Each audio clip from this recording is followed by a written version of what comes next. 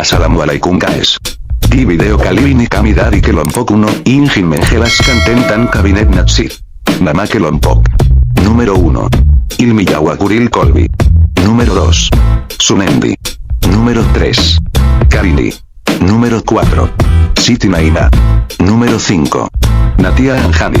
Selamat menonton guys.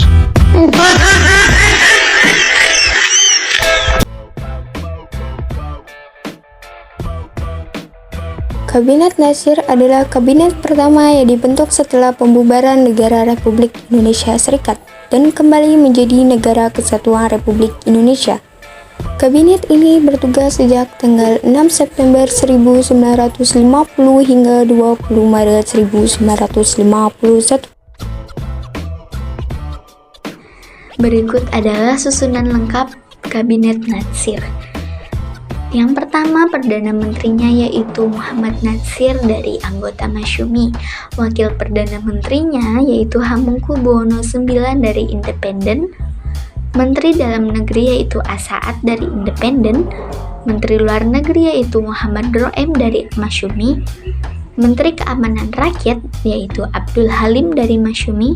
Beliau berhenti pada 8 Desember 1950 dan digantikan oleh Hamengkubuwono IX.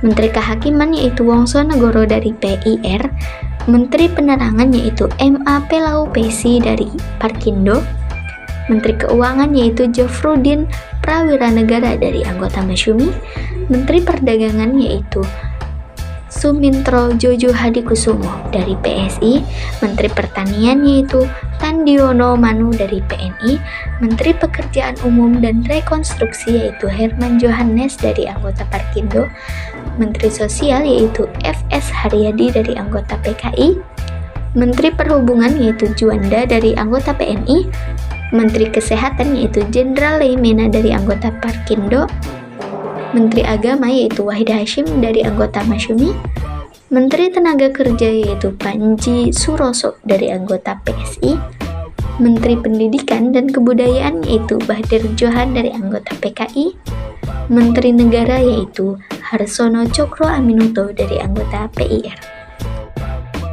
Program kerja Kabinet Natsir yang pertama, mempersiapkan dan menyelenggarakan pemilihan umum untuk Dewan Konstituante dalam waktu yang singkat. Yang kedua, mencapai konsolidasi dan menyempurnakan susunan pemerintahan serta membentuk peralatan negara yang bulat berdasarkan pasal 146 di dalam Undang-Undang Sementara tahun 1950. Yang ketiga, menggiatkan berbagai usaha untuk mencapai keamanan dan ketentraman. Yang keempat, mengembangkan dan memperkokoh kekuatan perekonomian rakyat sebagai dasar bagi pelaksanaan kegiatan perekonomian yang sehat. Yang kelima, melaksanakan keragaman dan kesamarataan hak antara buruh dan majikan. Yang keenam, membantu pembangunan perumahan rakyat serta memperluas berbagai usaha untuk meningkatkan kualitas manusia dalam berbagai hal kesehatan dan kecerdasan. Yang ketujuh, menyempurnakan organisasi angkatan perang dan pemulihan mantan anggota-anggota tentara dan gerilya ke dalam masyarakat. Dan yang terakhir, memperjuangkan dan mengusahakan penyelesaian masalah perebutan wilayah Irian Barat dalam waktu yang singkat. Di Kabinet Natsir juga mempunyai beberapa parpol pendukung, diantaranya Majelis Syuro Muslimin Indonesia, Persatuan Indonesia Raya, Faksi Demokratik, Partai Sosialis Indonesia, Partai Katolik, Partai Kristen Indonesia, dan Partai Sarekat Islam Indonesia. Runtuh dan berakhirnya kekuasaan Kabinet Natsir. Pada akhirnya, kekuasaan Kabinet Natsir ini juga mengalami kemunduran yang pada akhirnya membawa kepada keruntuhan kekuasaan. Ada beberapa penyebab yang membuat Kabinet Natsir runtuh dan kehilangan kekuasaan. Penyebab utama dari keruntuhan Kabinet Natsir ini adalah kegagalan dalam kabinet tersebut dalam menyelesaikan masalah Irian Barat. Kemudian ditambah lagi adanya mosi tidak percaya dari PNI terkait dengan pencabutan peraturan pemerintah mengenai DPRD dan DPRDS. Peraturan pemerintah tersebut dianggap PNI terlalu menguntungkan Masyumi, dan mosi dari PNI ini pun diterima oleh parlemen sehingga Natsir harus mengembalikan mandatnya kepada presiden.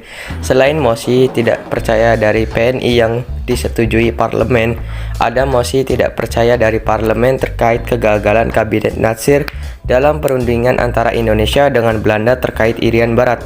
Tekanan yang bertubi-tubi ini kemudian sampai pada puncaknya, yaitu kejatuhan kabinet Natsir pada tanggal 21 Maret 1951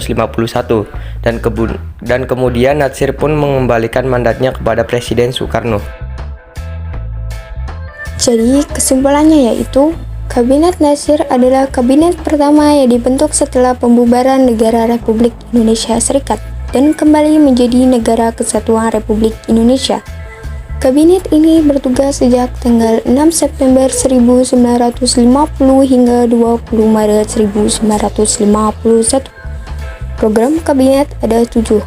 Yang pertama, mempersiapkan dan menyelenggarakan pemilihan umum untuk Dewan Konstituante dalam waktu yang singkat. Yang kedua, mencapai konsolidasi dan menyempurnakan susunan pemerintahan serta membentuk peralatan negara yang bulat berdasarkan pasal 146 di dalam Undang-Undang Dasar Sementara 1950. Yang ketiga, mengingatkan berbagai usaha untuk mencapai keamanan dan ketentraman.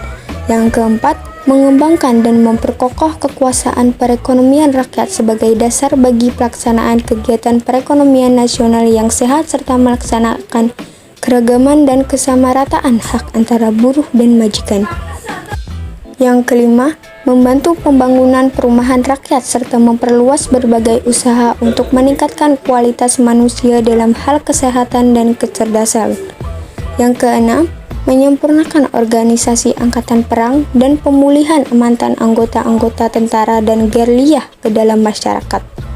Yang ketujuh atau yang terakhir, memperjuangkan dan mengusahakan penyelesaian masalah perebutan wilayah Irian Barat dalam waktu yang singkat.